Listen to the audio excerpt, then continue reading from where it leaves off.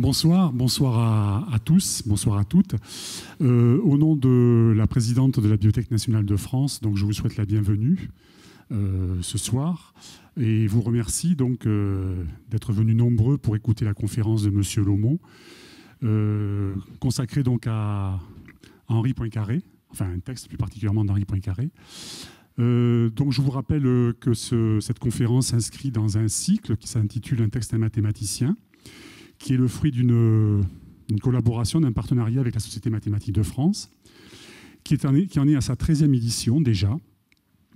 Et avant de passer la parole à Serge Cantat, donc de la Société mathématique de France, qui va vous présenter un peu plus en détail le conférencier de ce soir, j'en profite pour saluer nos partenaires donc, sur cette manifestation, qui sont donc la revue Tangente et Animat. Voilà, donc je vous souhaite une très très bonne conférence et vous remercie à nouveau d'avoir surfé sur la vague du froid pour venir si nombreux ce soir. Merci.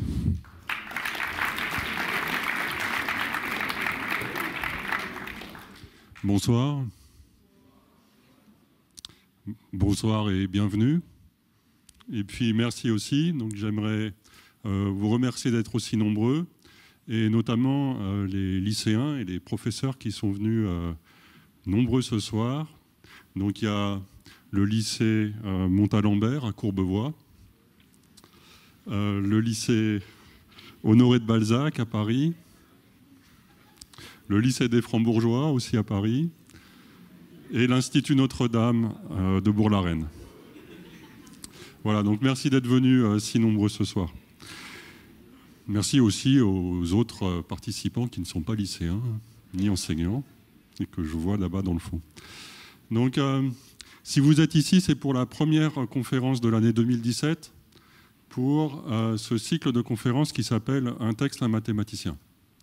Donc, il s'agit de découvrir ensemble, grâce à des acteurs majeurs du sujet, des mathématiques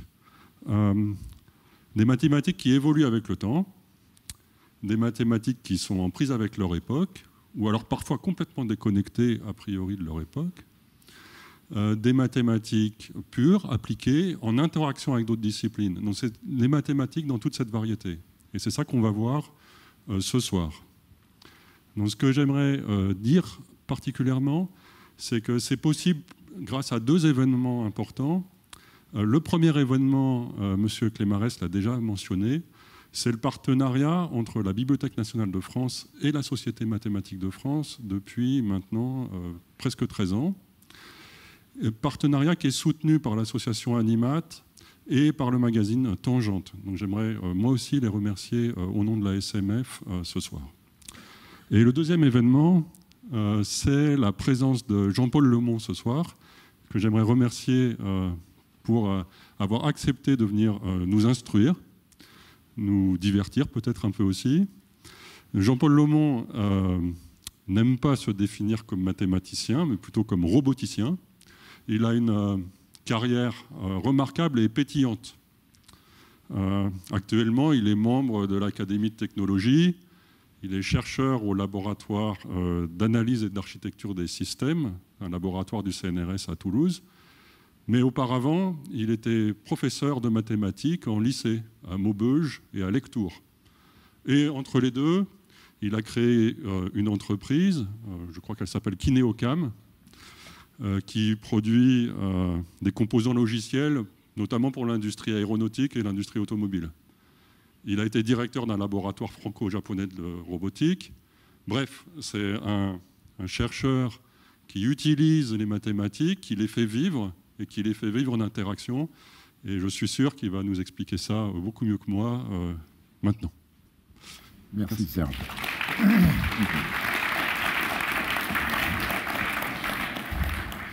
Non, effectivement, je voudrais insister sur le fait que je ne suis pas un mathématicien. J'ai appris des mathématiques, j'ai enseigné des mathématiques, j'utilise des mathématiques, mais je n'ai pas produit de mathématiques. Un mathématicien produit des connaissances en mathématiques. Moi, je ne fais que les utiliser. Et justement, on fait peut-être là les utiliser dans des domaines qui sont des domaines techniques, hein, puisqu'on va parler de robotique. Il n'y a pas plus technique hein, que la robotique. Et donc c'est peut-être intéressant de voir que ce qu'on considère comme peut-être les plus hautes abstractions que l'esprit humain a pu produire avec les mathématiques, ça peut avoir des conséquences éminemment pratiques. Et ce n'est pas du ressort uniquement des mathématiques appliquées, puisqu'elles portent déjà leur nom en elles-mêmes, c'est pour les appliquer, pour des applications. Mais ce que je voudrais essayer de montrer là, c'est qu'on peut monter en abstraction, et peut-être que les mathématiques pures elles-mêmes ont des applications. Et vous allez le voir, on va à travers un certain nombre d'exemples.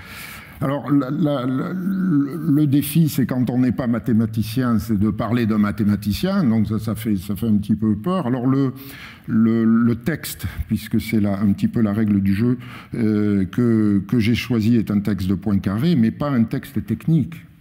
Pas parce que j'y connais rien. Enfin, je veux dire, ce sont des mathématiques extrêmement difficiles, extrêmement. Donc, c'est plutôt un texte qui est paru donc dans la revue de métaphysique et de morale. Et c'est un texte qui est venu en complément d'un autre texte qu'il avait fait dans la revue générale des sciences pures et appliquées. Je vais y revenir. Donc Poincaré et la robotique, il y a une espèce d'anachronisme, hein, puisque Poincaré n'a jamais su ce que c'était que la robotique. Le mot robot, qui n'apparaît qu'au début du XXe siècle, bon, il n'a même pas connu ce mot-là. Alors pourquoi mettre en phase là, alors que je pense que c'est un des plus grands penseurs de la robotique, hein. C'est ce que je voudrais essayer de vous expliquer là. Dans la mesure où l'objet abstrait mathématique que représente la géométrie pourrait être au cœur de la problématique du roboticien. Bien. Alors tout ça, c'est un petit peu abstrait, on va passer au concret. Et si on parle de robotique, on parle d'un robot. Je vous en présente un, c'est mon robot favori, c'est celui sur lequel on travaille à Toulouse. Voilà, c'est une machine qu'on a suspendue. C'est simplement pour vous montrer ce qu'on appelle ces degrés de liberté du bras, degrés de liberté des poignets, des pinces, vous voyez, des degrés de liberté au niveau des hanches, des torses. Voilà, c'est une grande marionnette, hein, qui est simplement, au lieu d'avoir des fils, elle est motorisée. Elle est motorisée, puis elle va être commandée par un ordinateur, hein, qui va dire quelle tension appliquer sur les moteurs pour produire un mouvement. Très souvent, la robotique, on la voit comme une enfant des nouvelles technologies, comme on dit, hein, donc des technologies principalement de la communication et de l'information. Il faut faire attention, hein, quand dans toutes ces technologies qui foisonnent et qui sont absolument extraordinaires, hein, qui font que votre téléphone portable n'est plus un téléphone portable, c'est essentiellement quelque chose pour aller sur Internet, pour vous géolocaliser, pour tout ça, tous ces développements informatiques considérables, tous les développements qu'on peut avoir avec l'Internet, c'est très bien, ça c'est de l'informatique. La robotique se différencie principalement par le fait qu'il y a la gravité. Hein, le robot, c'est une machine qui doit dialoguer avec la gravité. Voilà, donc on n'est pas dans le virtuel, il y a la physique du monde là, qui intervient. Ça fait la grande différence. Alors bien sûr, on utilise des technologies de l'information et de la communication, mais appliquées finalement à une grande tradition historique qui est de faire des machines. Hein, un robot, c'est une machine, essentiellement une machine. Alors c'est une machine, et quelle est la caractéristique d'une machine? C'est qu'elle bouge. Et donc là, je voudrais m'arrêter un instant sur essayer de commenter un petit peu ce qu'est le mouvement. Et là, je reprends deux autres grands personnages quasi contemporains de Poincaré, et j'ai extrait cette phrase d'Étienne Jules Marais qui dit « Je pense avec Claude Bernard que le mouvement est l'acte le plus important, en ce sens que toutes les fonctions empruntent son concours pour s'accomplir. » Alors, ce sont des phrases denses, hein, mais on va essayer de les expliciter. Le mouvement, finalement, c'est ce qui va permettre de faire les grandes catégorisations. À gauche, là, vous avez un galet. C'est vraiment un galet de la Garonne. Hein, c'est le parangon du galet. Voilà, c'est vraiment un objet inerte. Alors bien sûr, un galet, ça peut bouger, mais ça peut bouger que sous l'influence de flots, sous l'influence, ça bouge pas par lui-même. Et finalement, ce qui va distinguer l'inerte du non-inerte, eh bien, précisément, c'est le mouvement. Hein, et donc, c'est la vie. Hein, voilà, le mouvement, c'est la vie, pour faire très court. Et donc, on va avoir, dans la vie, on va avoir les végétaux, on va avoir les animaux. Alors vous allez me dire, les végétaux bougent? Oui, oui, hein, ça bouge. Hein, les végétaux, regardez le tournesol, regardez les racines qui se développent dans le sol pour aller à la recherche des nutriments, donc optimiser la photosynthèse et tout ça. Un arbre, ça bouge. Sa vie, ça bouge. Alors vous avez donc les arbres, les animaux, et alors ce qui est marrant là aussi au niveau du mouvement, c'est que le mouvement va permettre de distinguer les végétaux des animaux. Pourquoi? Parce que les végétaux, ils trouvent tout sur place, hein, pour se nourrir, et donc ils n'ont pas besoin de bouger. Ah, mais j'ai dit qu'ils bougeaient. Non, mais ils n'ont pas besoin de se déplacer. Hein, et déjà, on voit qu'il va y avoir des nuances, là, c'est-à-dire le mouvement a des grandes catégories, qui vont être des espèces de mouvements locaux, comme ça, et puis un autre type de mouvement qui va être le déplacement, qui est l'apanage des animaux, parce qu'eux, ils ne trouvent pas tout ce qu'il faut sur place et ils sont obligés de se déplacer. Alors, le mouvement, c'est ce qui va caractériser. Maintenant, je passe à une espèce d'histoire des techniques, si vous voulez. Au début était l'outil. Hein, au début était l'outil, puis on est passé à la machine. Qu'est-ce qui différencie l'outil d'une machine? Eh bien, c'est la maîtrise du mouvement. Alors, si je refais le parallèle, vous avez un marteau. Voilà, le marteau, c'est le galet. Le marteau, ça ne sert à rien. Ça ne sert à rien si vous ne le mettez pas en mouvement. Mais il n'a pas de mouvement propre. C'est un outil. Hein, vous le prenez et c'est vous qui le mettez en mouvement pour qu'il remplisse sa fonction. Alors que dès lors qu'on franchit cette ligne-là, on passe à la machine. Et là, vous avez les deux types de machines. Les machines qu'on pourrait appeler finalement les machines plantes. Hein, c'est des machines qui restent à poste fixe et qui vont manipuler, qui vont bouger, peindre, souder votre voiture, la fabriquer et tout. On le sait tous. Et puis vous avez des robots qu'on pourrait appeler des robots animaux d'une certaine manière et qui vont explorer. Hein, qui vont se déplacer, explorer. Bon, ici, en l'occurrence, c'est Curiosity sur la planète Mars. Voilà, alors donc, le robot, c'est des machines hein, qui sont nouvelles dans un sens particulier qui est que de plus en plus, on maîtrise le mouvement de ces machines à l'aide de calculs sur des ordinateurs. Les domaines d'application de la robotique, eh bien, vous en avez tous entendu parler, c'est extrêmement divers. Ça va de la médecine au spatial, transport, services, industrie, défense, agriculture, sous-marin, aérien, j'en ai peut-être oublié, mais disons, ça irradie absolument tous les secteurs. Dans le médical, il faut faire attention, il n'y a aucun robot qui vous opère hein, dans le médical, mais ce sont des instruments périphériques automatiques qui aident le chirurgien, qui aident le chirurgien dans l'acte chirurgical. Donc la robotique, en fait, c'est agir par le mouvement. C'est-à-dire on demande à la machine de réaliser une action particulière. Donc vous voyez, c'est assez générique hein, comme définition. Et si je reste dans cette généricité, c'est bien pour essayer de voir qu'on va pouvoir faire des équivalents et des pendants avec le vivant. C'est-à-dire, si je me pose la question de savoir comment faire agir cette machine-là, j'ai la question duale, c'est comment moi je fonctionne. Hein, et est-ce qu'on connaît tout de nous-mêmes dans les actions qu'on fait dans le monde physique? Parce que nous aussi, nous sommes en train de dialoguer avec la gravité. On a toujours eu ce problème de la gravité. Elle agit sur nous, tout comme ça.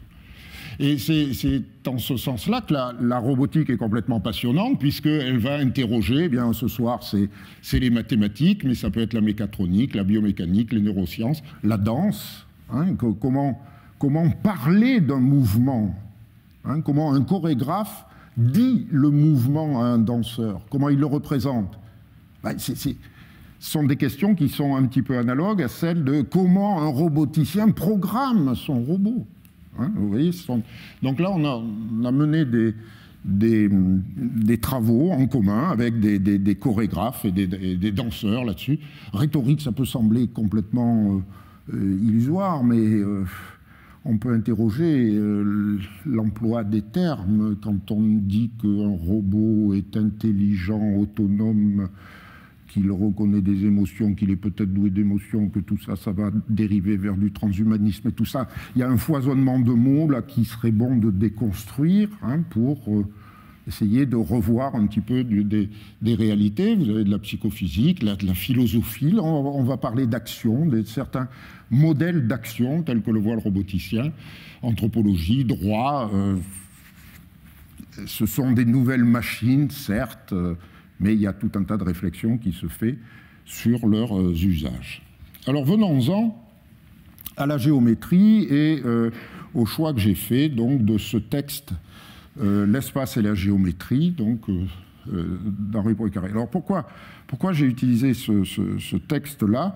D'abord parce qu'il est accessible, hein, c'est pas du tout un texte de mathématiques techniques, hein, il est paru donc, dans la revue de métaphysique et de morale, qui n'est pas connue comme étant une revue de référence en mathématiques pures, hein, et en fait il est venu c'est un texte qui est venu en complément, qu'il a souhaité écrire en complément à un autre texte qu'il avait écrit sur les géométries non euclidiennes.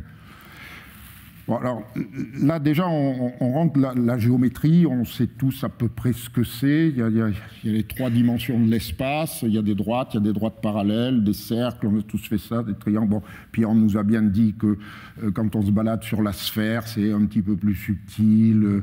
On ne peut pas mettre une carte sur la sphère, c'est très étrange. On n'arrive pas à la déplier sur une seule carte à cause des pôles. Enfin, on sent bien que tout ça, c'est un petit peu compliqué. Mais on reste un petit peu là. Et là, dans ce texte-là, ce qui a été pour moi, hein, quand j'ai découvert ce texte-là, vraiment une grande source d'inspiration, c'est un texte qui revient aux origines de la géométrie et en particulier qui montre très simplement que le mouvement est à l'origine de la géométrie. C'est-à-dire la géométrie se définit par le fait qu'il existe des corps solides dans l'espace et que si cette bouteille se met à bouger, comme ça, hein, si cette bouteille se met à bouger, eh bien, tout l'enjeu de la géométrie est de savoir quelle est la transformation qui l'a amenée d'une position à une autre.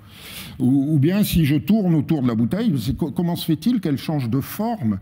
Et qu'est-ce qui se passerait pour rétablir la forme initiale?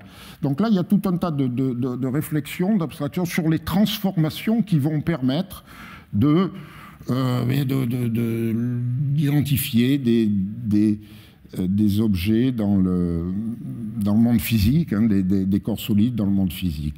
Et il va beaucoup plus loin parce que dans ces expériences-là, il montre que la géométrie est issue d'une expérience physique. Quand cette bouteille bouge devant mes yeux, alors il faut oublier ma main, hein, là il faut oublier ma main n'existe pas là. C'est simplement, j'observe la bouteille en train de bouger, donc il y a mes yeux qui sont en train de suivre la bouteille, j'ai tous les muscles oculaires qui sont activés, qui donne des informations sensorielles là-dessus. C'est à la base de ces informations que je comprends qu'il est en train de se passer quelque chose, hein, et c'est l'analyse de cette quelque chose qui va, par des mécanismes d'attraction, conduire à la géométrie, aux notions fondamentales de géométrie. Et il parle très précisément donc d'espace. Alors j'ai mis des guillemets, c'est moi qui les ai mis, les guillemets, parce que je vais en donner une interprétation peut-être un peu plus, j'allais dire un peu plus moderne, mais vous verrez dans quel sens. Hein. Alors donc l'espace géométrique, c'est l'espace qui nous entoure, et l'espace représentatif, donc il y a déjà deux types d'espace. Il y a le réel, hein, le monde réel là, qui est extérieur à moi, et il y a moi. Il y a moi qui suis possesseur de l'espace représentatif, qui est représenté par trois composantes visuelles, tactiles, motrices. Bon, il y a d'autres sens, hein, mais il se focalise sur ces trois sens. Et là, vous avez le commentaire que je vais lire, hein, parce que c'est vraiment là où tout le poids réside. Ce qui est l'objet de la géométrie, c'est l'étude d'un groupe particulier, donc au sens mathématique du terme, hein. Mais le concept général de groupe préexiste dans notre esprit, au moins en puissance. Il s'impose à nous non comme une forme de notre sensibilité, mais comme une forme de notre entendement. Donc là, on est dans les mathématiques, hein. Seulement, parmi tous les groupes possibles, il faut choisir celui qui sera, pour ainsi dire, l'étalon auquel nous rapporterons les phénomènes naturels, hein, c'est-à-dire la physique du monde. Hein. Et là, il conclut, l'expérience nous guide dans ce choix qu'elle ne nous impose pas. Elle nous fait reconnaître, non quelle est la géométrie la plus vraie, mais quelle est la plus commode. On dirait une phrase d'ingénieur, là. Hein, c'est la plus commode, pas la plus vraie, on s'en fiche. Hein. Donc moi, je reviens en tant que roboticien, j'ai une machine, je veux lui faire des choses, hein, je vais lui faire des actions dans le monde, mais quelle géométrie je vais prendre? Alors cette abstraction, là, c'est simplement pour le plaisir, hein, de l'espace et la géométrie. Ce sont des exemples qui sont commentés dans... Pas ces exemples-là, hein, mais les exemples que Poincaré prend, c'est les notions de dimension d'espace. Hein. Vous prenez une orange qui est une sphère à 3 dimensions. La peau de l'orange, c'est une pelure à 2 dimensions. Hein. C'est-à-dire chaque objet à 3 dimensions a des bords à 2 dimensions. D'accord, voilà. Donc, mais c'est bien sûr une notion qui peut se généraliser, puisque des objets à 4 dimensions, on ne voit pas très bien ce que c'est, mais on peut imaginer qu'il y en a 4 dimensions, leurs bords sont des objets à 3 dimensions. Ce qui peut amener à la question suivante, c'est, moi je suis dans un corps physique d'un espace à 3 dimensions, hein, vous avez voilà, les 3 dimensions de l'espace là, je suis un être à 3 dimensions, je peux m'interroger pour savoir de qui suis-je le bord. Hein, je ne suis peut-être que le bord de quelque chose. Bon, cette idée-là, eh bien, ce n'est pas nouvelle. Platon, avec le mythe de la caverne, l'avait déjà esquissé. Et puis après, ça fait l'objet de très beaux romans sur le Flatland. Et puis je mentionne ici la mariée mise à nu par les célibataires même de Duchamp, qui a beaucoup réfléchi là-dessus, puisque là, vous avez une espèce de passage initiatique à la 4e dimension, qui n'est pas du tout évidente, hein, dans cette représentation. Mais voilà. Alors donc, si je résume, là, c'est le mouvement est à l'origine de l'action. Hein. On parle d'agir sur le monde, hein, c'est produire un mouvement. Et le mouvement, on vient de le voir, est à l'origine de la géométrie. Donc la question qu'on pourrait aborder, c'est est-ce qu'on pourrait définir une géométrie de l'action? Hein, donc vous voyez, c'est-à-dire monter d'un cran. Hein, prendre le mouvement simplement comme un intermédiaire et passer au niveau du corps agissant. Alors les espaces de l'action, Alors, ce qu'il faut comprendre, là, on va faire un test qui est... voilà, je vais faire le test suivant, prendre un verre, j'aurais préféré une coupe de champagne, mais ça fait rien, on va faire avec la bouteille. Je dois prendre le verre. Prendre le verre. Le verbe prendre, un verbe d'action, le verre. Le verre est extérieur à moi. Je suis en train de parler du monde physique, du monde qui m'entoure. Bon. Pour ça, qu'est-ce que je vais faire? Bon, ben regardons, vous allez voir l'expérience, c'est très simple. Bon, vous me demandez d'aller prendre le verre. Bon, où est le verre? Ah, où est le verre? Pof, ça y est, j'ai des organes de perception qui me permettent de localiser le verre. Je suis une machine plante, j'essaye d'attraper le verre, j'y arrive pas. Hein. Donc je vais prendre la machine animale et je vais me déplacer vers la bouteille. D'accord? Et puis je vais prendre la machine animale, et puis ça y est, je prends la bouteille. Hein, je ne répète pas l'expérience. Hein, vous avez vu, hein, voilà. Donc j'ai pris ça. Alors finalement, quels sont les espaces qui interviennent? Eh bien, il y a trois types d'espaces. L'espace physique, c'est un espace qui est externe, dans lequel se situe la bouteille, qui est extérieure à moi, et l'espace sensoriel, il a fallu que je voie, et l'espace moteur. L'action est toujours définie dans l'espace physique. Prendre un verre, peindre une voiture, on parle toujours de l'extérieur du corps. L'homme, donc qu'est-ce qu'il va faire? Eh bien, il va utiliser alors là, j'ai pris des petits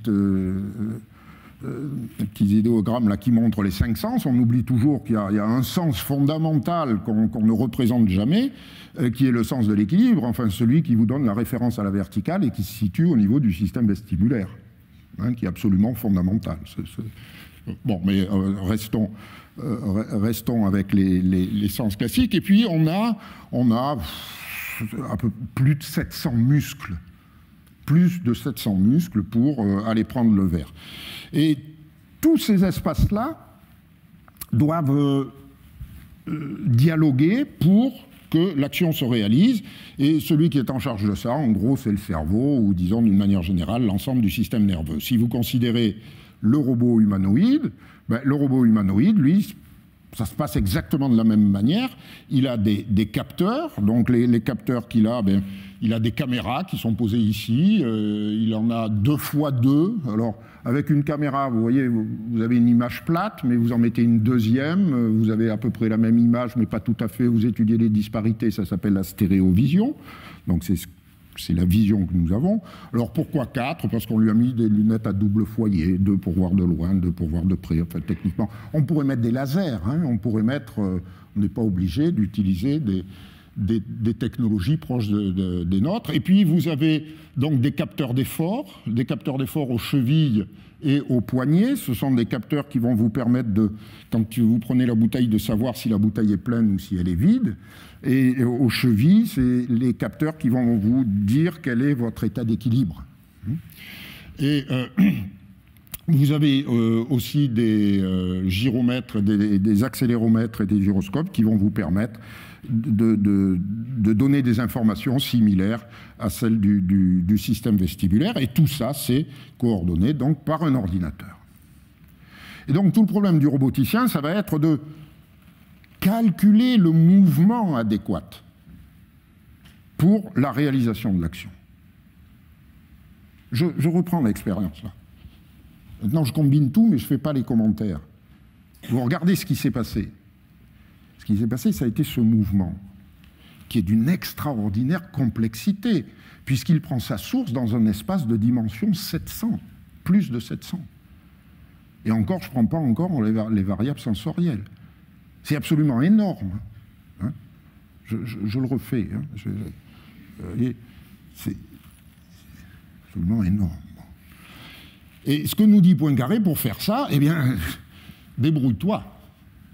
Ne cherche pas la géométrie la plus vraie, mais prends celle qui est la plus commode. Alors on va essayer d'avancer donc en disant qu'est-ce qui fait que nous sommes au monde. Là, je suis devant vous. S'il fallait me décrire dans le monde, il faut me dire que faut expliquer que je suis ici et pas à Toulouse. Et il faut expliquer que je suis comme ça et pas comme ça. Donc vous avez deux notions qui sont les notions de placement, je ne suis pas à Toulouse, et la notion de posture, je suis en train de vous tourner le dos, mais plus là. Voilà. Alors la posture, en fait, c'est ce qui vous dit la forme du corps. Le corps a une forme et qui peut se déformer sous l'action des muscles. Et agir, d'une certaine manière, c'est déformer son corps. Et déformer dans un sens très, très précis, hein, c'est-à-dire que si vous commencez à modéliser, eh bien vous avez des variables angulaires hein, qui portent sur le squelette, qui sont les variables égocentrées qui vous appartiennent. Hein, c'est les variables de déformation du corps qui sont représentées ici par les angles entre segments corporels. Ces variables, elles vous appartiennent. Hein, c'est celles que vous pouvez gérer. Ensuite, vous avez les variables de placement. Hein, cet individu-là, par exemple, il est, à l'époque, donc ça vient de Marais, du labo de Jules Marais, donc c'est vers Roland-Garros, là, maintenant. Hein, donc il était en train de marcher par là. Mais dans l'espace, pour le situer dans l'espace, eh bien, il faut donner deux paramètres de position, les coordonnées GPS, si vous voulez, et puis un paramètre d'orientation. Et ça, ce sont des variables qui sont allocentrées, hein, qui vous appartiennent pas, ça, c'est les variables de la planète, si vous voulez, qui vous situent dans l'espace, hein, deux variables de position et un angle. Et tout de suite, on voit apparaître une grande difficulté qui différencie les végétaux des animaux, c'est qu'il y a un sous-actionnement, autant pour le placement, autant 700 muscles, c'est quand même beaucoup trop pour bouger ma forme. Hein, et on le verra que c'est beaucoup trop, on a même un problème de choix. Comment faire ça de manière la plus économique, quoi. Mais j'ai aucun moteur pour me déplacer. J'ai pas de muscles qui me permettent de passer de là. Attention, oubliez ce qui va se passer, mais je vais faire une téléportation là. Hop, passer de là à là. J'ai pas de muscles pour faire ça. Et comment je me débrouille? Donc, j'ai pas de moteur. Pour faire ça, je suis obligé l'espace moteur, finalement, ne concerne que le changement de forme du corps. C'est-à-dire, il attaque la posture, mais c'est tout ce qu'il peut faire. Et ce n'est que tout à fait indirectement, en changeant la forme de mon corps, je commence à me mettre sur un pied, et puis je suis à peu près en équilibre, j'avance l'autre, je le mets ici, hein, et puis là, vous voyez, je tâte le sol, c'est-à-dire vraiment j'ai une relation physique avec le monde physique, là, avec le sol, qui va m'aider, effectivement, par un changement de forme, à mettre un pied devant l'autre, à recommencer, ce qui va me permettre de me déplacer. Mais je me déplace que indirectement, hein, vous voyez, mon espace moteur n'attaque pas directement mon placement dans l'espace. Bien. Alors on a vu ces deux grandes notions de placement et de posture. On va se poser le problème du mouvement et du calcul. Hein, c'est-à-dire, maintenant on revient aux technologies de l'information et de la communication. Très bien, on a posé à peu près les problèmes. Est-ce qu'on va savoir les résoudre? Est-ce qu'on va savoir calculer des mouvements? Alors on sait très bien qu'il y a il y a des logiciels qui vous battent au jeu d'échecs, qui vous battent maintenant au Go, hein, au jeu de Go, qui sont absolument extraordinaires. Ça reste des systèmes à état fini, hein, discret, les cases sont bien définies, sont bien une complexité extraordinaire, difficulté colossale, mais là on est ailleurs, là on est dans le mouvement. Le mouvement, très rapidement, c'est une fonction continue dans l'espace, du temps dans l'espace. Hein, comment gérer cette continuité? Comment un ordinateur peut-il calculer la continuité d'une fonction ou dans un espace? Donc voilà.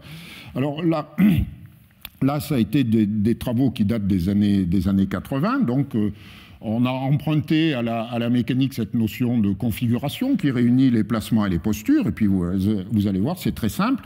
On va, au lieu de raisonner dans l'espace physique, on va tout ramener à, disons, l'espace articulaire ou l'espace des configurations. Alors, j'aime bien présenter cet exemple parce qu'il est quand même très simple. Vous envisagez un petit système abstrait, comme ça, qui sont deux barres.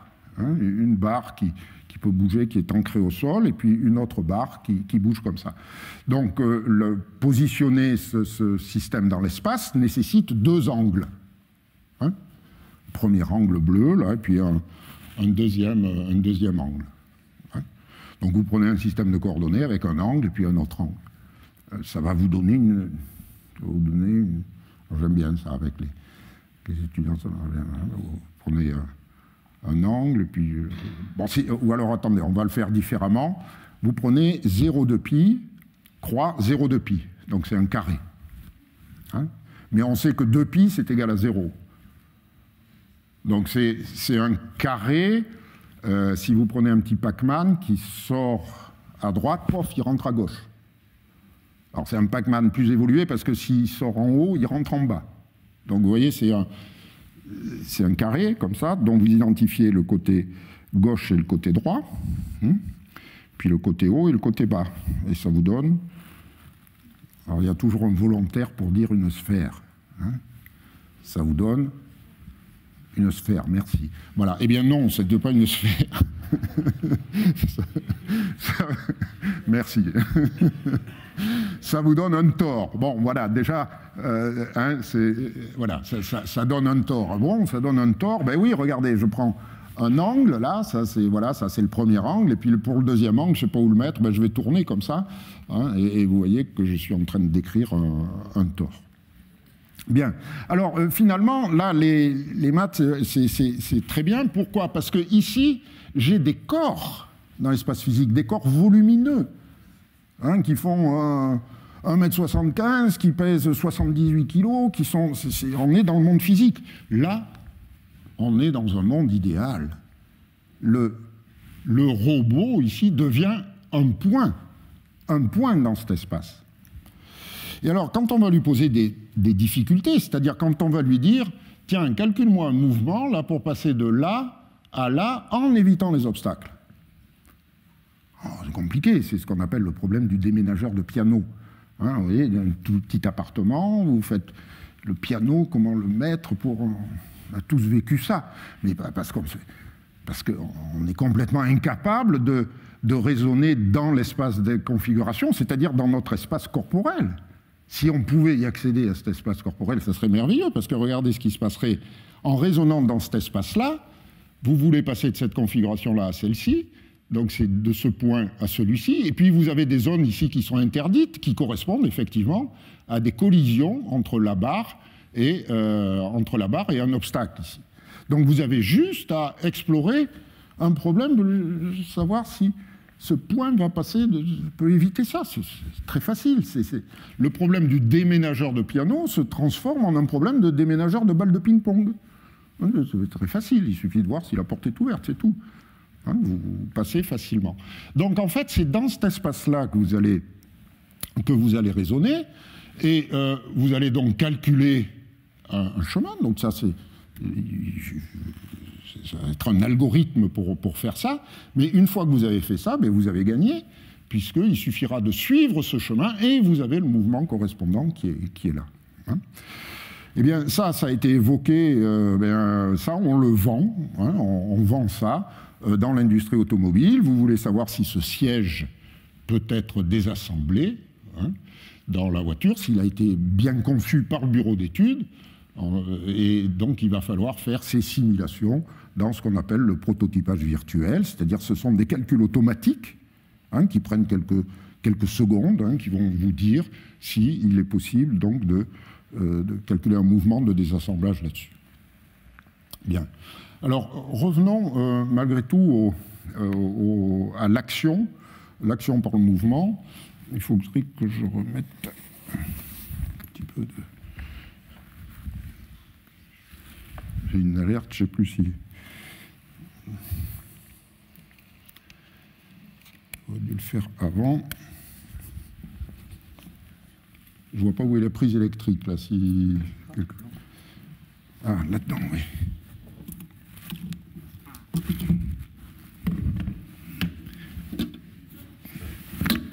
Voilà, on va y arriver.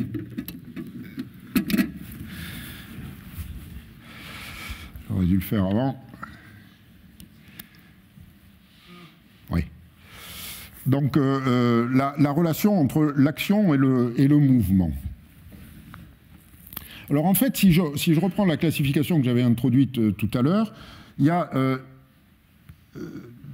finalement deux types d'entités, donc ce que j'avais appelé les machines plantes ici, puis les machines animales. La machine plante, qu'est-ce qu'elle fait? Elle manipule, elle peint, elle bouge. On ne peut pas dire exactement que l'arbre manipule, mais là on passe au niveau d'une action, une action volontaire. Là par contre on peut dire que le guépard se déplace. Alors donc on va essayer d'introduire une géométrie de la manipulation. Et puis après, on regardera une géométrie possible du déplacement. Alors j'insisterai surtout sur la géométrie du déplacement, donc je vais passer très vite sur la géométrie de la manipulation. Et pour simplement mentionner le point clé, qui est le problème de redondance par rapport à une action à effectuer. J'ai dit qu'il y avait 700 muscles, c'est beaucoup trop pour faire une action. Alors vous avez... Ici, Adam, qui est extrait donc d'un tableau de Cranach, vous voyez, qui est très sceptique. Il se gratte la tête là pour... en fait, ce n'est pas du tout l'enjeu qu'il y a là qui va nous bouleverser. Non, non, c'est beaucoup plus prosaïque. C'est comment diable amener la pomme à ma bouche. C'est-à-dire quel mouvement faire. Il y a nécessité du mouvement. Là, on est à l'origine du mouvement fondamental. Là, il se pose la question de comment le réaliser. Alors, regardez, il peut y avoir deux techniques. On a parlé de stéréovision. Donc, il a des organes de vision qui lui permettent de situer les objets dans l'espace. Donc, on peut supposer, par exemple, que le cerveau reconstruit les coordonnées x, y, z de la pomme dans l'espace. Bon, maintenant, il sait que la pomme est là. Et maintenant, il a un bras, et il sait très bien qu'en fonction des angles de son bras, l'angle de l'épaule entraîne l'avant-bras et la main, l'angle du coude va entraîner l'avant-bras et la main, et l'angle du poignet ne va attaquer que la main. Donc il y a trois angles, là, qui vont permettre de faire un mouvement. On sent bien que si on pose ça sur un papier, il y a des équations. Si cet angle-là vaut tant, cet angle-là vaut tant, cet angle-là vaut tant, donc la main est à cette position. Donc on va essayer de mettre la main à cette position-là, et puis voilà, c'est ce que font la plupart des roboticiens dans l'industrie automobile, par exemple. Là. Mais il pourrait y avoir une deuxième manière d'amener la pomme à la bouche, c'est-à-dire que je vois la pomme, et même avec une seule caméra, je n'ai pas besoin d'avoir deux yeux. Si je bouge la pomme, à ce moment-là, l'image bouge sur ma rétine, et je vais faire en sorte de réguler le mouvement pour qu'elle atteigne mon visage et ma bouche. Donc voilà deux manières de résoudre le même problème. C'est une forme de redondance sensorimotrice. Je voudrais parler là maintenant de la redondance, cette fois posturale. Ici, vous demandez au robot, voilà, de saisir la balle.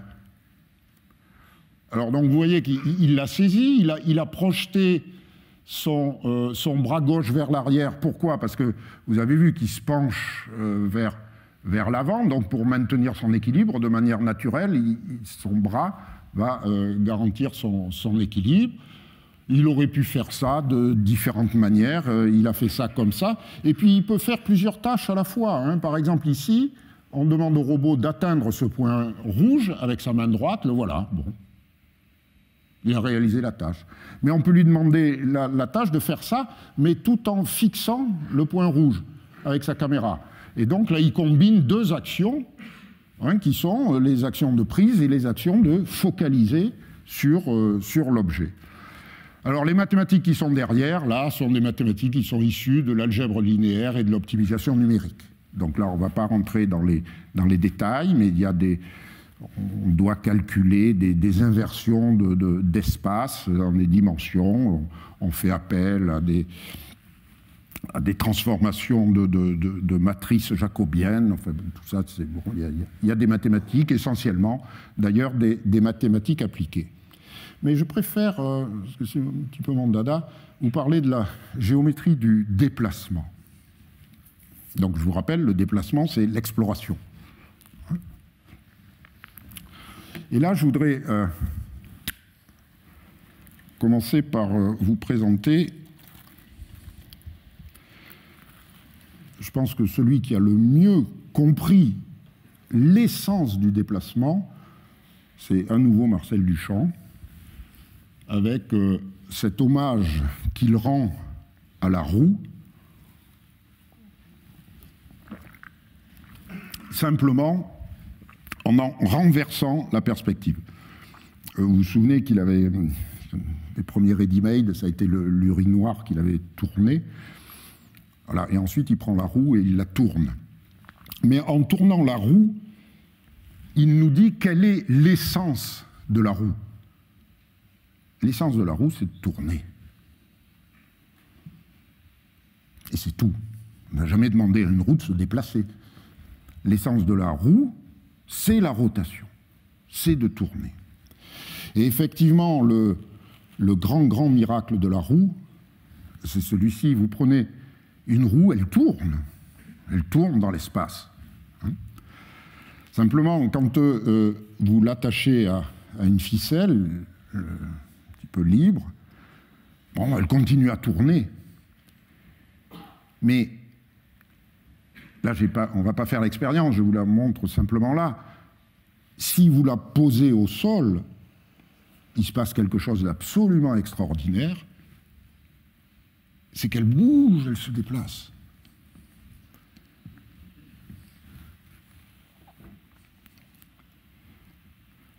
Mathématiquement, vous avez transformé S1, 0,2π, en grand R. Grâce à votre rapport au monde et aux forces de frottement. S'il n'y avait pas les forces de frottement, ça ne ferait rien. Mais vous avez là la transformation extraordinaire, hein, d'un mouvement de rotation en un mouvement de translation. Et ce qui est encore plus extraordinaire, c'est que la nature n'a pas inventé ça, c'est l'homme qui l'a inventé. Hein, on n'est pas mauvais. Hein, je veux dire, là, cette invention-là... Hein, alors au début, on est passé par le rondin. L'inconvénient du rondin, si vous voulez, c'est que à chaque fois, donc c'est très bien, ça réduit la force de frottement de la charge sur le sol, et donc ça permet d'avancer comme ça. Mais le rondin, il avance 2 fois plus vite que le rondin. C'est-à-dire qu'à chaque fois, la charge, pardon, avance 2 fois plus vite que le rondin. Donc à chaque fois, il faut remettre le rondin devant. En fait, c'est compliqué. Donc la vraie invention, moins de 3500 ans, ça a été l'invention de l'axe. Hein, l'axe, là, au moins, la charge, elle suit la roue. Extraordinaire. Et cette roue, on va l'analyser. On va l'analyser plus en détail. Pourquoi? Parce qu'elle est derrière les voitures et elle est derrière nous. Hein, on verra tout à l'heure, vers la fin. Je vous réserve une surprise, en fait, on ne marche pas. Hein, vous verrez pourquoi. Bon, mais analysons simplement une roue qui roule sur le sol. Une roue qui roule sur le sol, ben vous voyez, elle a deux paramètres de position, et puis elle a une direction, elle est condamnée à rouler dans sa direction. Condamnée à rouler dans sa direction, ça veut dire que la dérivée à la trajectoire suivie par le point xy est portée, la tangente pardon, à cette trajectoire est portée par la direction. La dérivée de y sur la dérivée de x doit être égale à la tangente de la direction, de θ, hein, la tangente. Voilà, alors vous développez ça, là, y point, ça c'est les dérivés, hein, la dérivée de y sur... bon, ça donne ça, hein, ça voilà. Hein, ça, voilà. Voilà. Voilà. Alors on va essayer d'analyser cette équation. Alors c'est une équation qu'on dit différentielle, hein, parce qu'il y a des dérivés. Alors face à une équation différentielle, on essaye de l'intégrer. On va essayer de l'intégrer. Mais avant de l'intégrer, il faudrait peut-être se poser la question de qu'est-ce que ça veut dire d'intégrer une équation différentielle. Alors on va essayer peut-être un petit peu d'expliquer ça. Et je vais reprendre un système très simple à deux angles. Mais cette fois, c'est votre montre. Hein, on oublie la trotteuse, là. Hein, on prend que les deux aiguilles bleues, ici. Donc on sait maintenant, deux angles, hop, c'est représenté sur un tore. Hein, ça, on l'a vu avant. Bon, et dans une montre, qu'est-ce qui se passe? La grande aiguille va plus vite que la petite aiguille. Ça va, ça, ouais. Et même, on peut dire que la grande aiguille va 12 fois plus vite que la petite aiguille. Oui, c'est bon. Donc la petite aiguille, sa vitesse, c'est 1/12e de la vitesse de la grande aiguille. Alors qu'est-ce que ça donne sur le tore? Donc on part de midi, hein, et puis on va laisser le temps passer. Hein, regardons ce qui se passe. Donc là, je fais la trace des points, hein, puisqu'il y a des points qui passent sur le tore. Voilà, donc là, 3 heures, 4 heures, on arrive, bon, voilà, le temps s'écoule. Le temps s'écoule. Jusqu'au moment où on arrive, bon, il est 8 heures, 9 heures, bientôt, oui, voilà, allez, ça dépêche un peu, 10 heures, 11 heures, et puis finalement, il n'y a pas trop de suspense, hein, vous voyez bien ce qui va se passer, vous arrivez là. Donc l'espace accessible par les aiguilles de la montre, c'est cette espèce de serpentin sur le tore. Hein, c'est-à-dire, c'est à une dimension. Ça ne couvre pas tout le tore.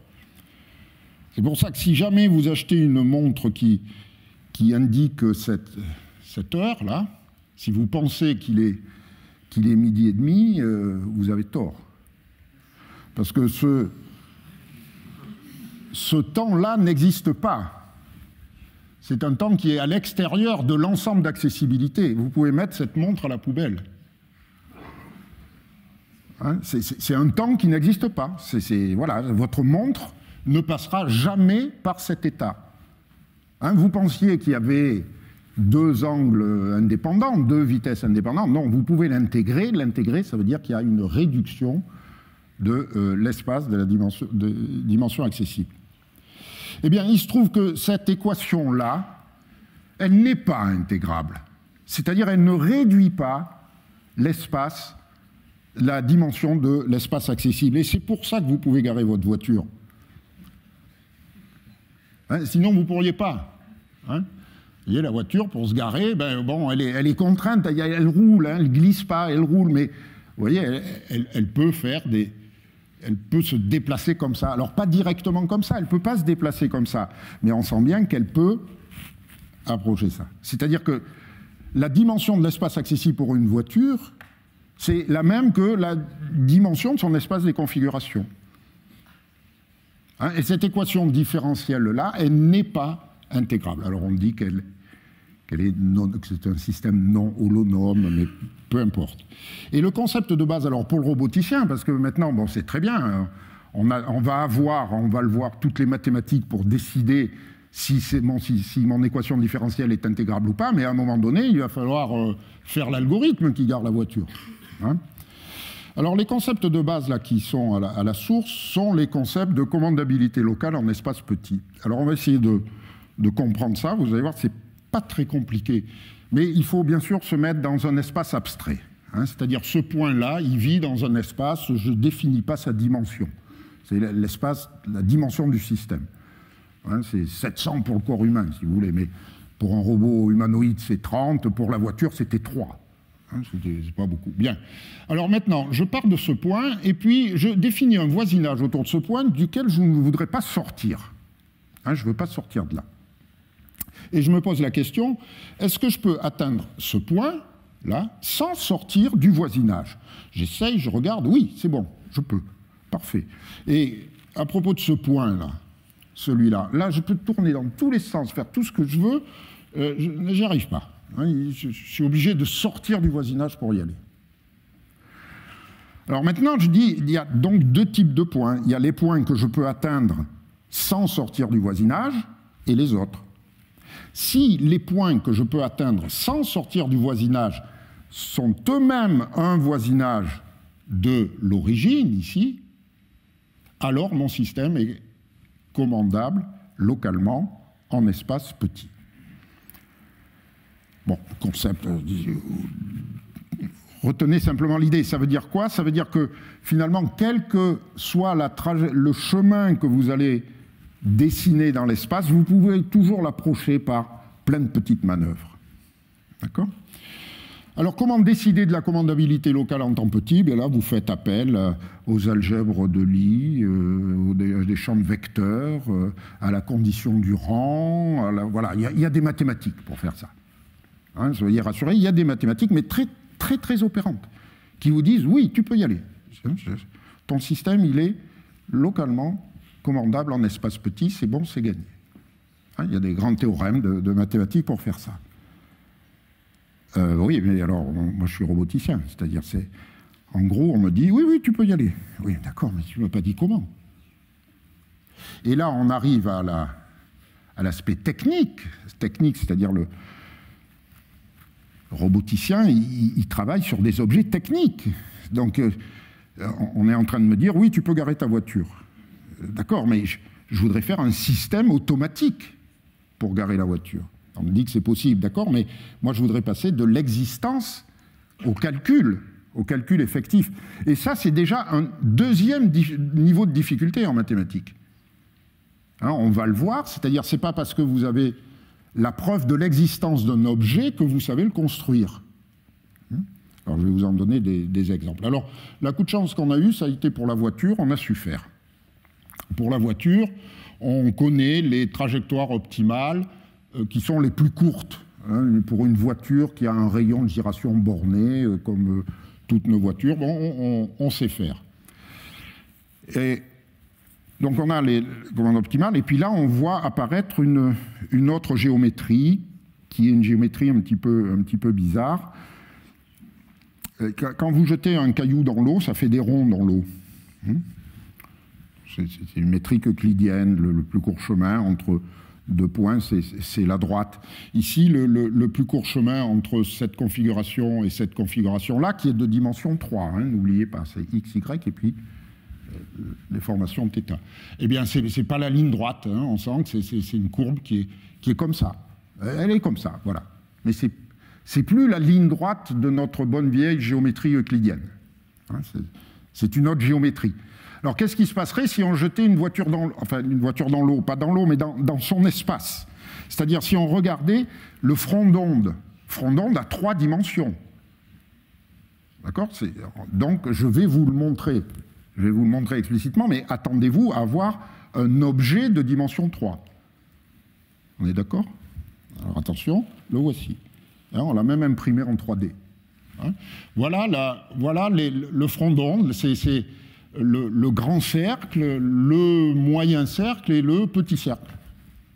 Et vous voyez que c'est un objet qui tend à s'aplatir au fur et à mesure que le rayon diminue. Et là, c'est très joli, très, très rapidement, là, pour ceux qui saisissent bien. Quand vous êtes au volant de votre voiture, vous n'avez que 2 degrés de liberté. Vous avez le volant, l'accélérateur. Le frein, on fait un truc de maths, là, le frein, c'est un accélérateur renversé. Donc vous avez le volant, l'accélérateur, puis tout le reste, c'est les gadgets, c'est l'autoradio, c'est les essuie-glaces, c'est tout. Vous n'avez que 2, alors que vous êtes dans un espace de dimension 3. C'est ça toute la difficulté pour conduire une voiture. Hein. Eh bien, ce qu'il y a d'extrêmement étrange et d'absolument merveilleux dans cette géométrie, c'est que vous partez ici d'un objet de dimension 3, et ça sera toujours un objet de dimension 3, puisque ce système-là, il est non intégrable. L'espace accessible est bien de dimension 3. Mais quand il va diminuer comme ça, quand il va diminuer vers 0, vous avez une espèce de mouvement de vissage dans cet objet complètement abstrait, qui fait qu'il converge vers 0, mais au lieu qu'il converge dans toutes les directions de la même manière, il converge vers 0 plus rapidement dans une dimension, ce qui fait que par le mouvement de vissage, il converge en 0 asymptotiquement, comme si c'était une feuille. Et cette feuille qui est de dimension 2, c'est typiquement les 2 champs de vecteurs, ou bien les 2 degrés de liberté que vous avez sur votre voiture. Donc vous voyez, ce sont des géométries qui sont un petit peu assez fascinantes, mais en tous les cas qui sont complètement opérationnelles, puisque ça, on a pu le programmer et l'exécuter sur des robots. Alors je vais vous parler très rapidement là, de ce robot-là, qui nous est cher à Toulouse, puisque c'est Hilard, le premier robot mobile français, qui avait été promu par Georges Giralt, un des pères de la robotique mondiale, et en tous les cas, au moins en France, hein, dès la fin des années 70. Et ce robot-là, maintenant, est au musée des Arts et Métiers, hein, à Paris, donc pas très loin d'ici. Alors, c'est pas une voiture. C'est pas une voiture, pourquoi? Parce qu'il peut tourner sur place, ce que ne peut pas faire une voiture. Donc, il a, lui, 2 roues motrices indépendantes.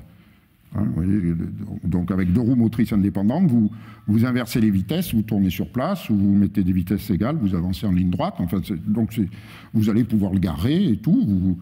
Vous faites les calculs des algèbres de Lie, tout ça, ça marche bien, c'est magnifique et très bien. Bien.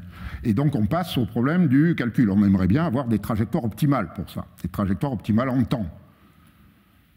Eh bien, on sait que localement, les trajectoires optimales en temps, elles sont formées, tout à l'heure vous avez vu quand je parlais de la voiture ici, les trajectoires sont formées d'arcs de cercle, hein, on le sent bien, et puis de segments de droite. Donc avec des arcs de cercle et des segments de droite, là vous vous débrouillez parfaitement. Pour le robot à 2 roues motrices comme ça, vous avez l'équivalent des segments de droite et des arcs de cercle, ce sont des courbes un peu plus sophistiquées, ça c'est une clotoïde, et ça c'est des développantes de cercle. Mais c'est bien connu, c'est très bien. Donc on a l'alphabet, il y a 2 lettres, hein, et maintenant on va essayer de calculer les trajectoires optimales pour ce système-là. Eh bien, welcome to the club. Hein, je veux dire, le problème est complètement ouvert, ça fait des années qu'on a travaillé dessus, voilà, on ne sait pas faire. Et ça existe, hein, mais on ne sait pas. On ne sait pas le construire, on ne sait pas quelle tête ça a. Là, pourtant, on a tout. Hein. On sait que son nom est composé de ces 2 lettres.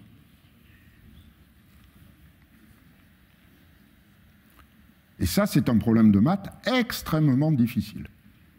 Hein, voilà. Bon, alors après, on a attaché des remorques au chariot. Alors là, la commande optimale, il fallait l'abandonner. On ne savait plus faire, mais il y avait d'autres concepts qui sont apparus, qui étaient le concept de platitude différentielle, et qui permettaient, ben voilà... Le calcul, on le fait, non seulement on sait garer une voiture, mais on sait garer une voiture même avec une caravane. Alors là, j'ai rajouté un transparent pour rendre hommage à notre collègue Jean-Jacques Rissler, parce que c'est un exemple sur lequel il a travaillé et qui a produit le résultat que je vais vous dire. Vous considérez une voiture ici, et puis vous lui attachez une série de remorques. Comme ça. Alors là, vous n'avez toujours que 2 degrés de liberté, hein, mais vous mettez plein de remorques derrière. On sent bien que ça va être... non, ça c'est pas raisonnable, on ne peut pas faire. Si, les maths vous disent, si, Ça, si, calculer le rang de l'algèbre de Lie libre engendré par les deux champs de vecteurs, alors, il faut faire un petit peu de calcul, et puis en 90, on dit oui, c'est bon. C'est localement commandable en temps petit. Oui, mais alors là, ça veut dire quoi? Ça veut dire que si vous prenez cette remorque à la fin, là, la dernière, si vous la mettez dans cette position-là, hein, vous voyez, vous la prenez, et puis hop, vous la mettez comme ça. Il n'y a pas eu de collision, tout s'est bien passé, tout. Ce que dit la théorie, c'est que vous pouvez monter dans la voiture, manœuvrer avec vos trucs, et ça va marcher, vous allez réussir à le faire. Alors on se pose la question, d'accord, mais ça doit être un petit peu compliqué. Non, mais ça va marcher, même si vous mettez un garage autour, hein, comme ça. Voilà, là c'est possible. Donc question, c'est, oh, ça doit être compliqué, et puis surtout ça doit varier en fonction de la taille du garage. Oui, vous avez raison. Mais comment ça varie? Hein? Et là, vous avez un merveilleux résultat combinatoire, hein, qui vous dit que le nombre de manœuvres pour faire varier la cette remorque, dans cette situation-là, si vous avez ici un tout petit peu d'espace qu'on va appeler epsilon, là, quelques centimètres, le nombre de manœuvres à effectuer varie comme l'inverse de l'espace libre, bon, ça c'est très bien, à une puissance, je sens bien que ça va être difficile, donc c'est à une puissance, mais qui est Fibonacci du nombre de remorques. Et Fibonacci, c'est une série qui est très connue, 1, 2, 3, et puis vous ajoutez toujours les deux termes précédents. Et c'est tellement difficile, si on regarde en détail, c'est doublement exponentiel. C'est pour ça qu'on ne le fait pas, mais autrement c'est faisable. Hein. C'est parfaitement faisable. Mais vous ne pouvez pas éviter cette complexité. Deuxième exemple dernier exemple d'utilisation de ce concept-là. Alors vous voyez, on change complètement d'univers, et pourtant c'est le même concept qui est à l'œuvre. Hein, vous avez ce robot-là, donc c'est le robot du LAS, qui doit suivre relativement précisément, vous voyez ici, là, il ne faut pas qu'il s'écarte trop du chemin qui a été planifié. Donc il faut que les manœuvres, si vous voulez, qu'il est en train d'effectuer, des oscillations, soient parfaitement bien contrôlées par la dynamique du système. Eh bien, c'est exactement le même type de concept ici qui est à l'œuvre, et vous voyez le robot donc passer dans des passages extrêmement étroits sans percuter les obstacles. Voilà, alors il y a simplement l'opérateur, là, Olivier Stas, qui est derrière, qui lui n'est pas capable de faire ça, donc on a mis le petit truc pour qu'il le suive. Voilà, ça c'est pas téléopéré, hein, c'est vraiment issu d'un calcul sur ordinateur. Bien, on a vu la géométrie de la redondance, donc prendre un verre, on a vu la géométrie du sous-actionnement. On prend donc avec les mains, on marche avec ses pieds, bon, tout ça c'est assez naturel. Les géométries qui sont derrière, les outils mathématiques, bon, on ne rentre pas dans les détails, mais on a dit que c'était de l'algèbre linéaire et de l'optimisation numérique ici. Et puis là, on a parlé en fait de contrôle géométrique. Bon, ça c'est pour les grandes classes de domaines mathématiques. La question qu'on peut poser, c'est est-ce qu'il est possible de fusionner les deux? De fusionner les deux visions et d'aller vers ce que j'appellerais alors une géométrie de l'action incorporée. Donc là, on part vers des perspectives, hein, c'est plus sous forme de questions, mais questions dont on a résolu partiellement certaines, par exemple en regardant un peu plus attentivement les fonctions de saisie d'un objet. Tout à l'heure, je vous ai dit, on a tenté l'expérience, hein, vous avez vu, ça a marché, je pars d'ici pour aller prendre le verre, qu'est-ce qui se passe? Je mets en branle ma fonction de déplacement, et ensuite j'appelle ma fonction de prise et je réussis. En l'occurrence ici, si le verre était là, je cherche à rendre compte du fait que pour saisir le verre, il faut que je fasse ça. Donc je ne prends pas avec les mains, là, j'ai aussi pris avec le pied. Hein? Et alors comment faire ça?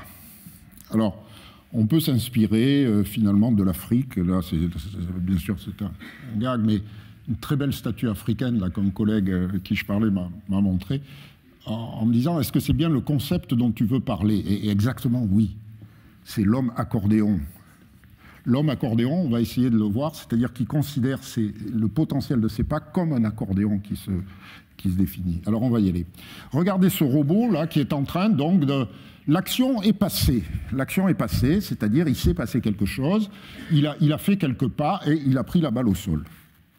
Alors on regarde l'action passée et la trace que ça a laissée au sol.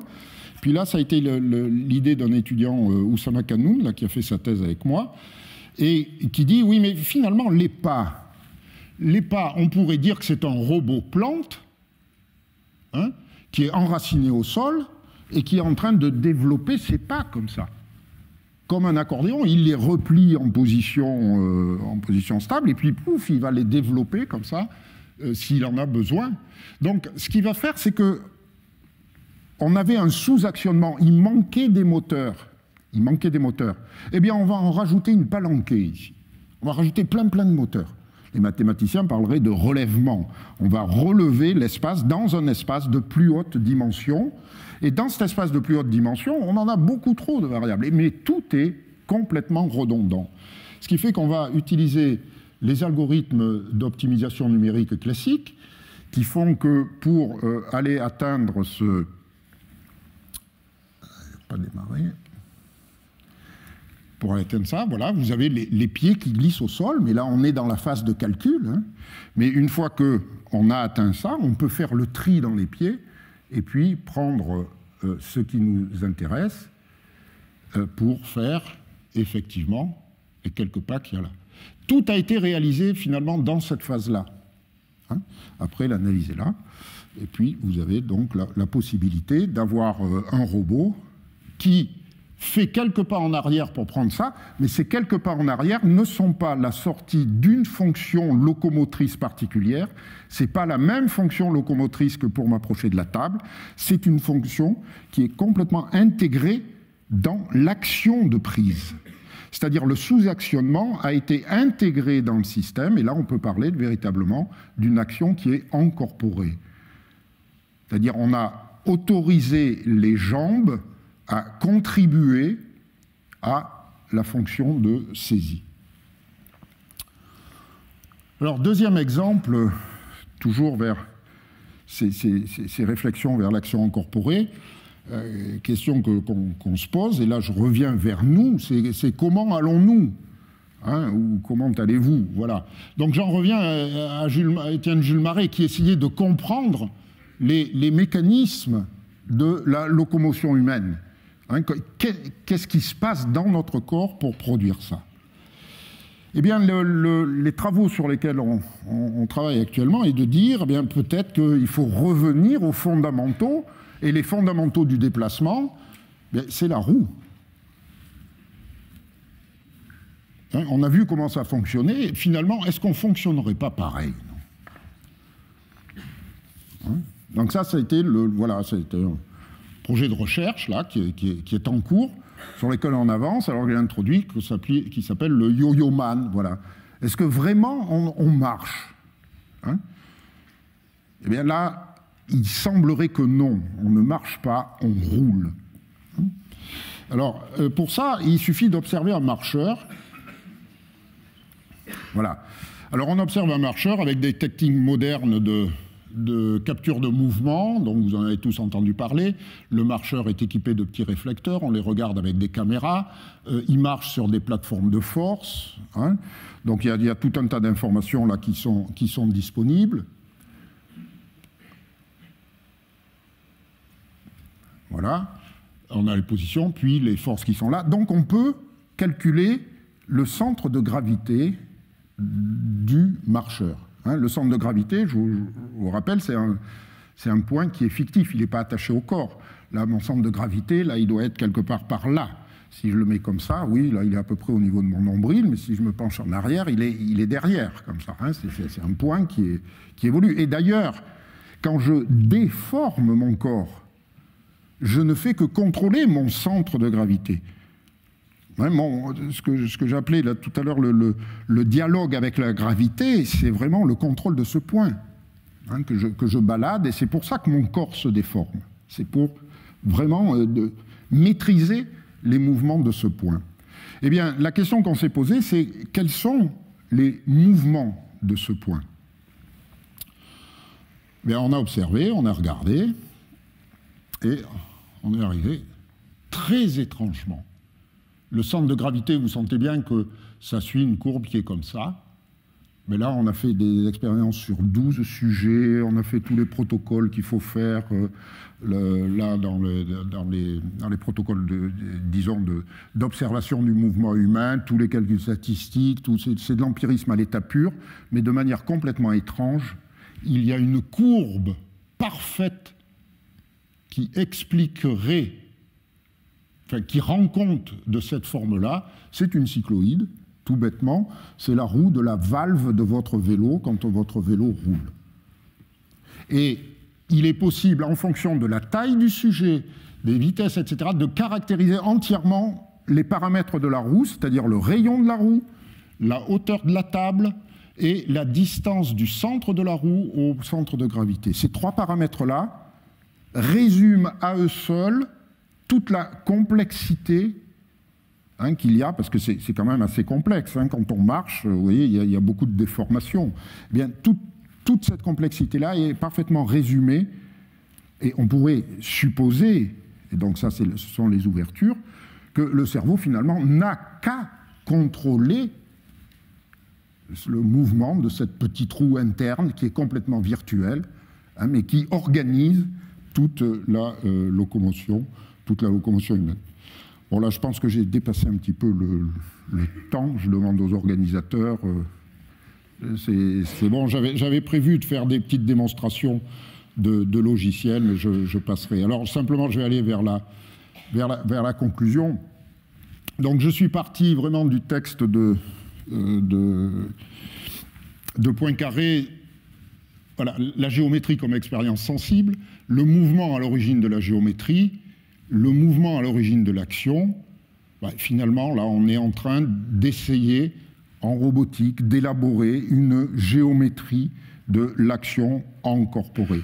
Le grand problème du roboticien, mais c'est aussi son atout, c'est qu'il sait tout de la machine.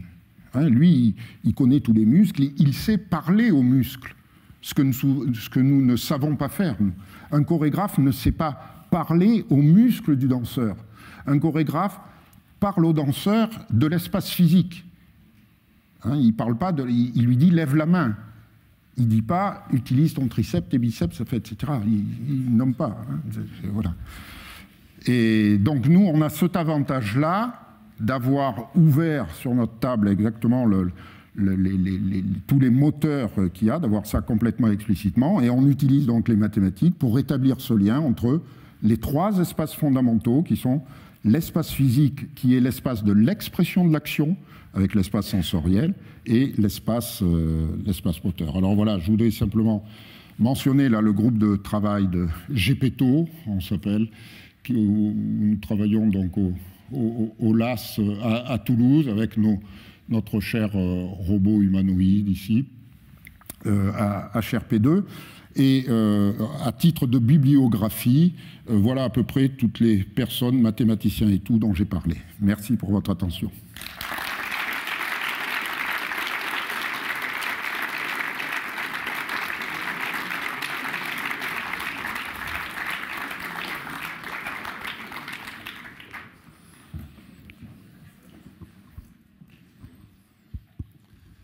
Bien.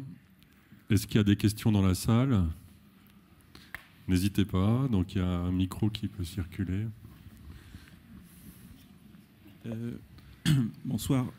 Alors, quel serait le lien entre la quatrième dimension dont parle Poincaré dans son article et la dernière notion que tu as évoquée dans ta conférence sur la géométrie incorporée, s'il y en a une? Non, il n'y en a pas. Non. Ce n'est pas la quatrième dimension. Alors, non, voilà. Non, par rapport à la référence où je plaisantais en disant « De qui sommes-nous les ombres ?» Hein, c'est à ça dont tu fais référence. Je me méfie parce qu'il ne faut pas répondre trop rapidement. En tous les cas, je n'ai pas la réponse toute prête là, sur cet aspect-là. L'idée de... je ne crois pas qu'il y ait... L'espace de l'action dans son ensemble est beaucoup plus gros que les 4 dimensions. Alors, est-ce que d'un point de vue... d'un point de vue peut-être philosophique en termes d'espace, est-ce qu'on pourrait modéliser ça, faire non, je ne sais pas, franchement, là, mais merci d'avoir posé la question.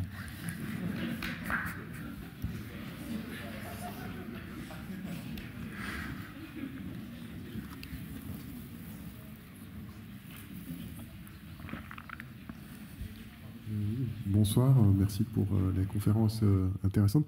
J'ai une question plutôt de robotique que de mathématiques.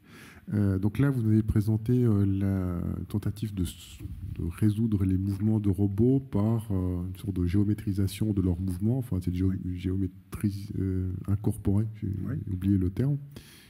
Est-ce que cette démarche, c'est la démarche dominante aujourd'hui en robotique, ou est-ce qu'il en existe d'autres? Moi, je m'occupe plutôt de technologies comme le machine learning et ce genre de choses-là. Est-ce qu'il y a d'autres approches où, par exemple, on procéderait simplement par observation et on regarde les mouvements qui marchent et on les apprend à mesure par machine learning? Oui, tout à fait. Comment ça s'articule avec ce que vous faites? Est-ce qu'il y a des démarches qui sont plus efficaces que d'autres, ou on a l'impression que cet aspect géométrique, c'est très joli pour un mathématicien. Je suis moi-même mathématicien, donc je trouve ça très joli. Mais est-ce que c'est vraiment c'est très cartésien, quoi? Est-ce que c'est vraiment la manière la plus efficace de procéder? La plus efficace, oui. Celle qui a le plus de chances de succès, non.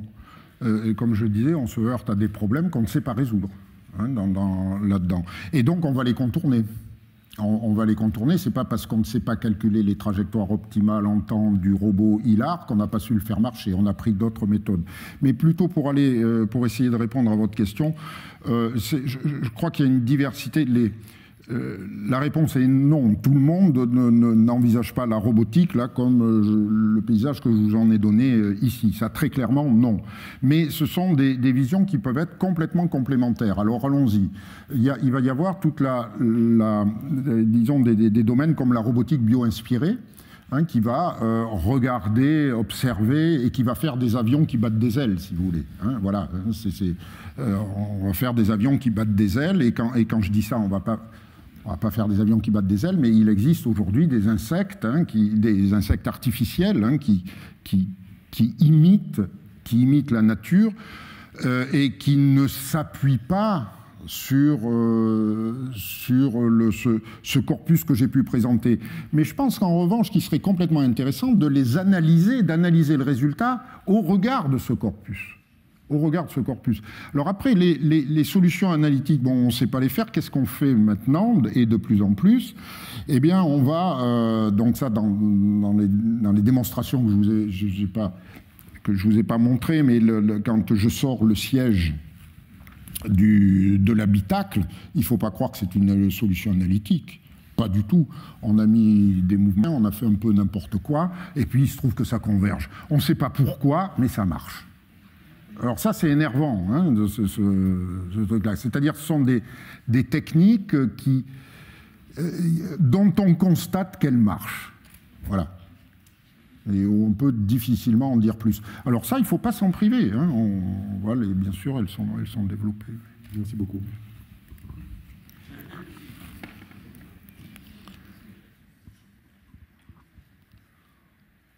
Alors finalement, on ne marche pas, on roule. Est-ce que on connaît les paramètres de la roue, la hauteur de la table, suivant les personnes. Et est-ce que ces paramètres nous disent quelque chose sur la manière de marcher ou de courir de la personne? Alors pas encore. Ça, il faut qu'on fasse. On est vraiment là au tout début. Mais ce qu'on pourrait envisager, effectivement, c'est de déceler par l'observation, par un système d'observation, anticiper des problèmes qui peuvent être, par exemple, chez les personnes âgées, sur la marche et tout. Bon, je ne sais pas quel serait le coût d'un matériel comme ça, pas nécessairement parce que ça devient c'est de plus en plus répandu, mais on pourrait anticiper. Non, à ce stade-là, on n'est qu'en cinématique, on est dans l'empirisme pur, on a utilisé des outils pour observer, on a collé des trajectoires là-dessus, il nous reste à faire tout le travail de fond d'essayer de trouver un principe de causalité. Et là, on ne l'a pas. Là, pour l'instant, on ne l'a pas. Je vous montrais vraiment ces résultats-là ont été soumis à publication il y a 15 jours. Donc voilà, pour l'instant, c'est pour montrer vraiment qu'on va dans quel sens on va. Le principe de causalité n'est pas là. Et c'est clair que l'article risque de se faire jeter pour ça, d'ailleurs. Et en pratique, on roule sur des roues de quelle taille? Je ne sais plus, elles font une quinzaine de centimètres de rayon à peu près. Alors, justement, à propos de causalité, je suis ici au premier rang, là. Au premier rang tout à fait à droite. Oui, pardon. À propos de causalité, une dimension qui n'est pas du tout intervenue dans votre présentation, c'est la dimension de l'effort. Il n'y a que du mouvement. Calculer du mouvement, c'est déjà très difficile. Ça pose des problèmes à la fois théoriques et techniques magnifiques. Mais après tout, un tout petit robot ne va pas soulever une plaque de marbre. Le mouvement, l'effort, c'est quand même quelque chose d'important. Non, c'est complètement capital. Mais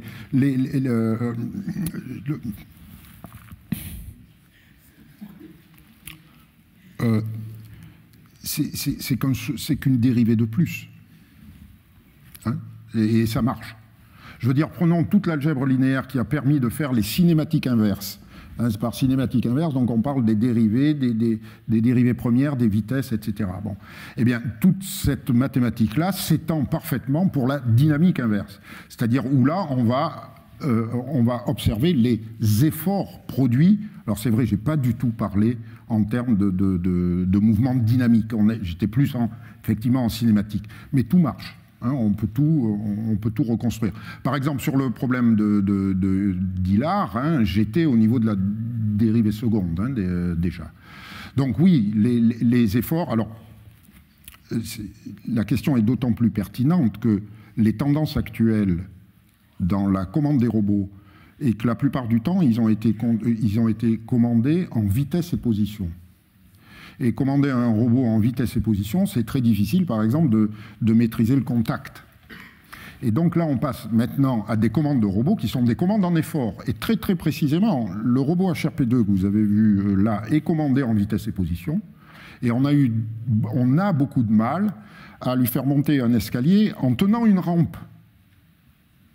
Parce que là, il y a des efforts qui sont appliqués et on est obligé de se contorsionner. Mais qu'est-ce qu'on a fait? On vient d'acheter un nouveau robot. L'inauguration, c'est le 9 février. Vous êtes les bienvenus à Toulouse si vous voulez voir le nouveau monstre.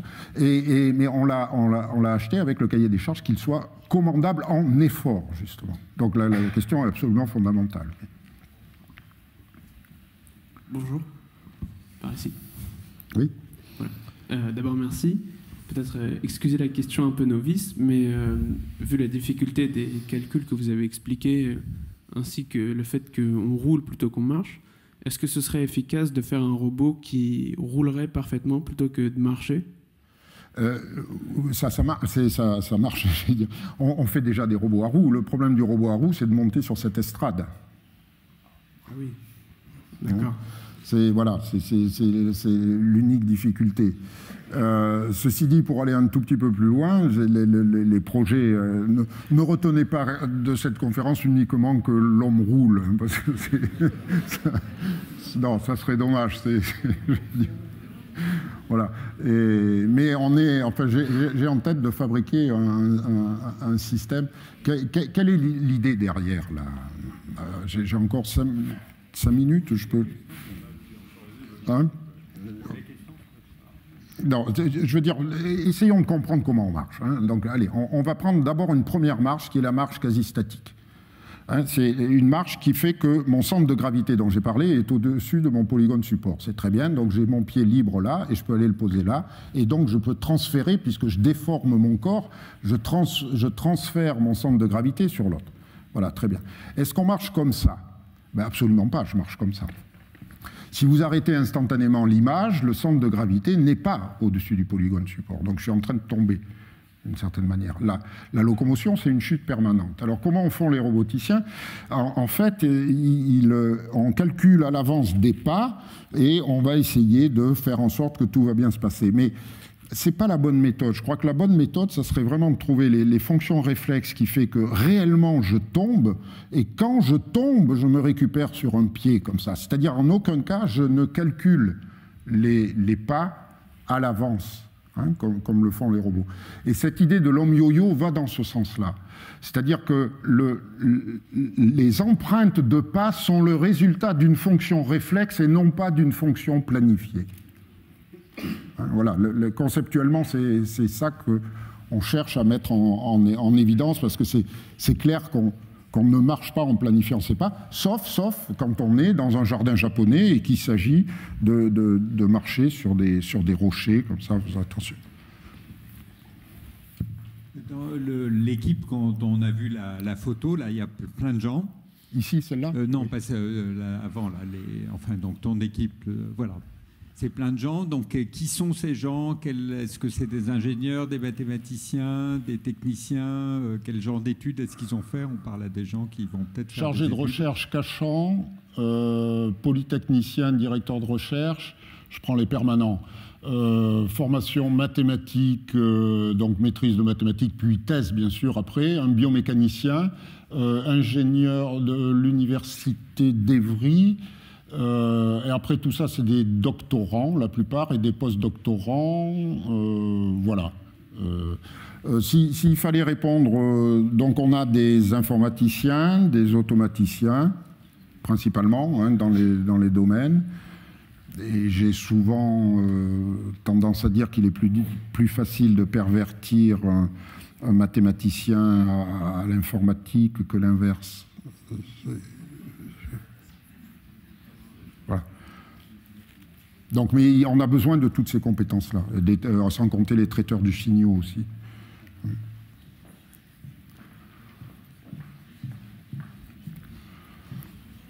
Bonsoir, merci de ce que vous avez déjà dit. Je voudrais savoir si dans les algorithmes qui servent par exemple pour garer une voiture, enfin qu'on voit de plus en plus les voitures se garent, enfin font les créneaux.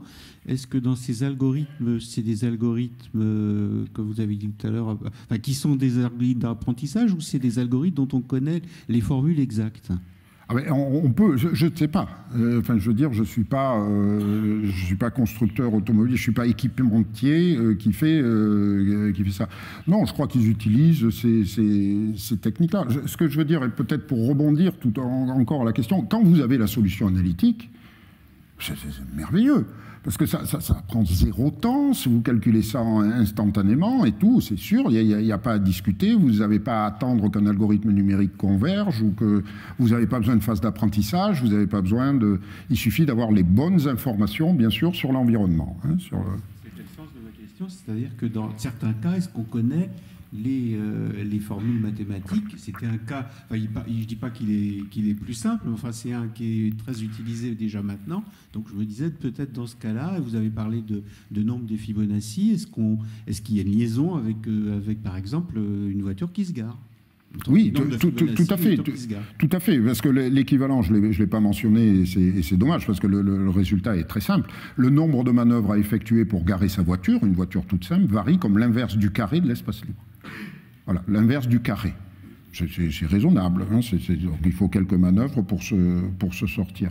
Donc ça, ce résultat, quel que soit le constructeur automobile, il n'y échappe pas. La réalité, c'est ça. Il peut mettre en place les méthodes qu'il veut, il n'échappera pas à cette complexité. C'est une complexité du réel, ce n'est pas une complexité du calcul.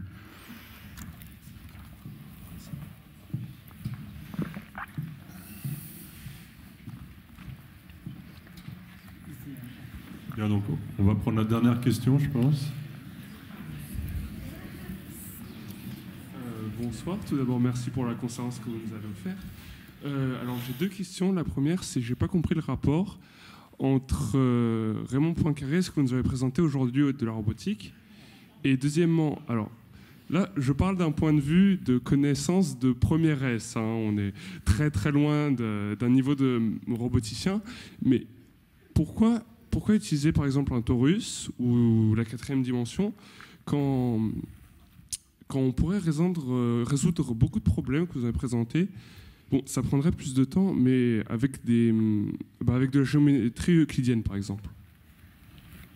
Très bien. Alors, il y a deux volets dans votre question. La première, le rapport à Poincaré, moi non plus. Enfin, on peut considérer qu'il est artificiel. Non, simplement, je crois que dans ce texte, qui est un texte fondateur, enfin, pour moi, dans le sens où il dit ce qu'est la géométrie. Alors, il dit deux choses. Il dit ce qu'est la géométrie. Il dit que le mouvement est à l'origine de la géométrie, et c'est pas la vision qu'on en a d'habitude d'une géométrie statique, c'est-à-dire on regarde le monde, on mesure, on est Euclide, on utilise Thalès et tout ça. Non, la géométrie, c'est un niveau d'abstraction beaucoup plus large que ça. Ce que j'entends démontrer là, c'est que c'est un niveau d'abstraction opérationnel pour le roboticien. Et le deuxième aspect dans ce texte-là, qu'il fait le rapport avec l'expérience sensible et qu'il insiste sur le fait que le problème n'est pas de trouver la géométrie la plus vraie, mais la plus commode, encore une fois, ça c'est tout à fait inspirant. C'est-à-dire pour le roboticien, pour celui qui travaille sur les objets techniques, il n'a pas... On fait appel à son imagination, et c'est ce que je voulais éclairer, par exemple, ici, dans les astuces d'avoir pensé à l'homme accordéon. C'est-à-dire, on n'a pas cherché à savoir quelle était la géométrie la plus vraie de la locomotion. Non, il y a eu une astuce superbe qui était de considérer la pile de pas comme un accordéon qui va se développer. Et bien, voilà, on a pris la formulation la plus commode. Deuxième volet de votre question, c'est pourquoi passer à la 4e dimension et pas rester dans la 3e. Je pensais l'avoir montré. Il est plus facile de déménager une balle de ping-pong dans un espace certes abstrait et de haute dimension que de déménager un piano dans un espace à 3 dimensions. Déménager un piano dans un espace à 3 dimensions simplement en faisant des raisonnements dans cet espace-là, moi je ne sais pas faire. Alors que je sais faire dans l'espace de dimension 6, qui est l'espace des positionnements du piano dans l'espace. Hein, pourquoi? Parce que le piano disparaît et il devient un point. Et on n'a plus qu'à étudier la topologie de certains espaces. Bon, ça se fait pas, mais c'est beaucoup plus simple. Alors là aussi, il y a je terminerai là-dessus pour appeler un concept qui a été introduit par Alain Berthoz, un neurophysiologiste, là, c'est le concept de simplexité. C'est-à-dire qu'en apparence, quand on fait le relèvement de ces espaces-là, on complexifie, on augmente la dimension, mais c'est faux. Parce que dans cet espace-là, c'est très très facile à résoudre le problème, et ensuite on le reprojette, et ça c'est complètement magique. C'est-à-dire que ce qui est une complexité apparente n'en est pas une, en fait c'est un principe de simplexité, pour reprendre ce terme qui avait été introduit par Alain Berthoz.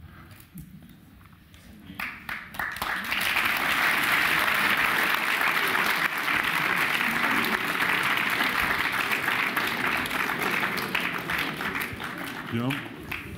Merci, bonne soirée.